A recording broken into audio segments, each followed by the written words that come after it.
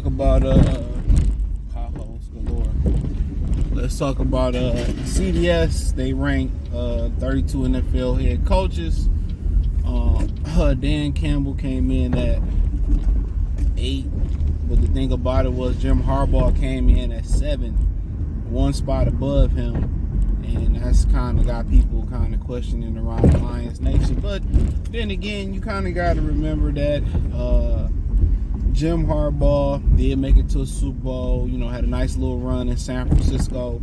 They went from PU to the number one team people was playing with in Madden. I think he took over from Mike Singletary, legendary linebackers for the Chicago Bears, and pretty much turned it around.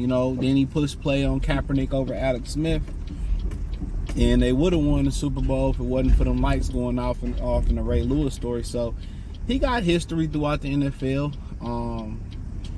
Dan Campbell probably came in, within a play or two of being in the Super Bowl itself. So I guess they going off the history. I think 6 was Mike Tomlin, 5 was Matt LaFleur.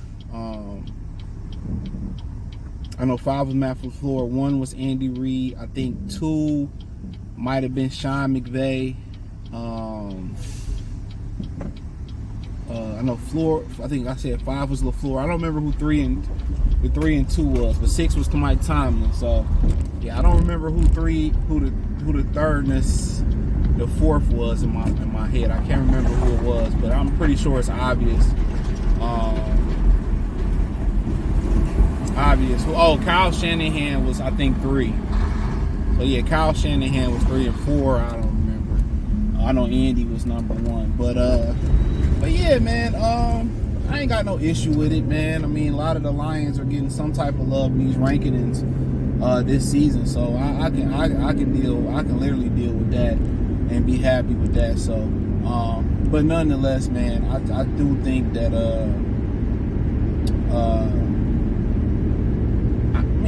Campbell's right. I'm probably right where he need to be at. You got to understand too. He's still filling this thing out. I like how aggressive he is, but he's still figuring this coaching thing out. You got to understand, yeah, he interim coached in Miami, but he's still making mistakes. Do I think Matt LaFleur bumped up a little high? Absolutely. Matt LaFleur, but Dan Campbell is an absolute hell no. I think Matt LaFleur with Mike Tomlin is a joke. But nonetheless, Andy Reid was the bridesmaid for so many years, especially in the NFC Championship game, until he got Patrick Mahomes. So until he got Patrick Mahomes, Donovan McNabb, I'm not sure if he wasn't good enough, or they didn't have a lot of weapons around McNasty either. So he's still figuring this coaching thing out. He's still figuring this coaching thing out. So, with that being said, he ain't even, at the peak of his powers yet, or shouldn't be at the peak of his powers yet. So, but Harbaugh kind of ranking. I understand Harbaugh got history, and do that mean he gonna be able to pick up where he left off at? No, who knows? I don't know if it's an all yay or nay. But what we do know about Jimmy Harbaugh is this. Okay, what we do know about him is he wore out his welcome. That's what we do know. He wore out his welcome.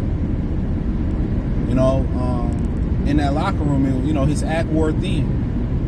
So he a little bit older, going back working with professionals.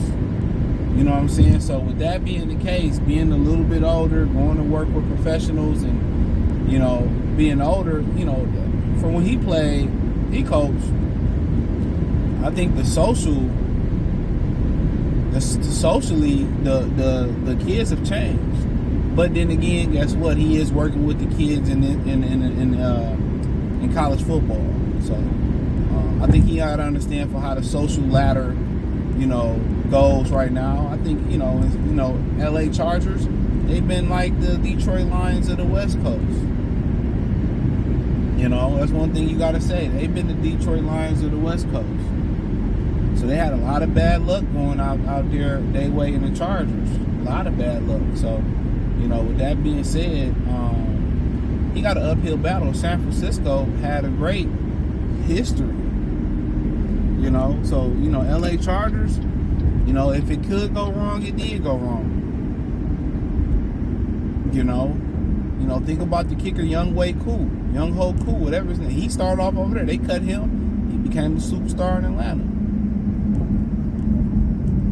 Imagine if Phillip Rivers would have went to New York instead of, Eli Manning would have went to the Chargers. Eli Manning probably be out the league, bro.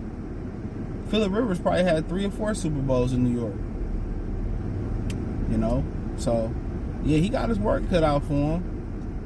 And he got a history, but, it's hard, it's hard to say where you going to put him at in the grand scheme of things. But all these pre-season rankings don't mean nothing. In the NFL, dude, you can be the best receiver the previous season, and next year you cannot even be top 20. That could be physically because you fell off. Quarterback play affects that. So it's a lot they go into it. It's a tremendous amount they go into it. So just because Harbaugh, coach good at Michigan, has some success in San Francisco, does that mean that that's going to be, he gonna pick up where he left off in LA? Who knows? But we do know what Dan Campbell did last year and what he did since being in Detroit. And had they not started off his second season with all the many injuries, they probably will be in a better position. So I don't really read too much into it. I don't. But it's good for water cooler talk. But once I thought about it, I didn't really think it was that appalling that Harbaugh ranked ahead of him, Campbell. But I will say Matt LaFleur being that high is a fucking joke. I will say that.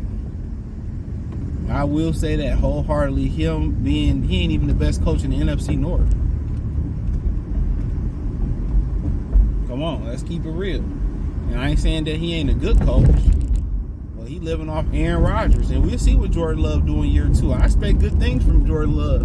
From the beginning, I said it just don't make no sense that they got rid of Jordan Love. They got rid of Aaron Rodgers and transferred to Jordan Love. They believed in Jordan Love. That's why they took him in the first round.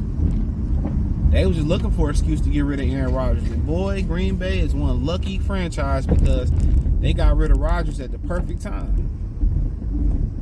Rodgers' leg probably would have gave out for Green Bay, but guess what? He would have gave out, and they would have went with Jordan Love. They wouldn't have been able to trade to get as much as they got from the Jets for Aaron Rodgers. Coming off an Achilles, they got out the business at the perfect time. But Jordan Love time was coming regardless. And Aaron Rodgers was just trying to hold them hostage as Brett held them hostage, and that's why it's very important for a lot of people to realize that, the youth watch what we do, not what we say. Real talk, the youth watch what we do and not what we say. So that's one thing that I think I can never get this right. I don't want nobody bumping my goddamn car. One person be parked this close and this one person be parked that close. There we go. Perfect. Neither one can bump my shit. But yeah, so we'll mess around and see exactly what happens, man. But they watch what you do. And human nature is to watch what you do. And that's how Aaron Rodgers watched what Brett Favre did and held the franchise hostage. So, and it is what it is. But let me know what y'all girls and guys think. Thumbs up the video, share the video, subscribe to the channel. Next subscribe button is the bell icon button. Hit all notifications, increase your chance to get notifications. We go live or drop video. Check out Detroit Lions Talk playlist for more videos like this. Let me know what you girls and guys think in the comment section. Peace.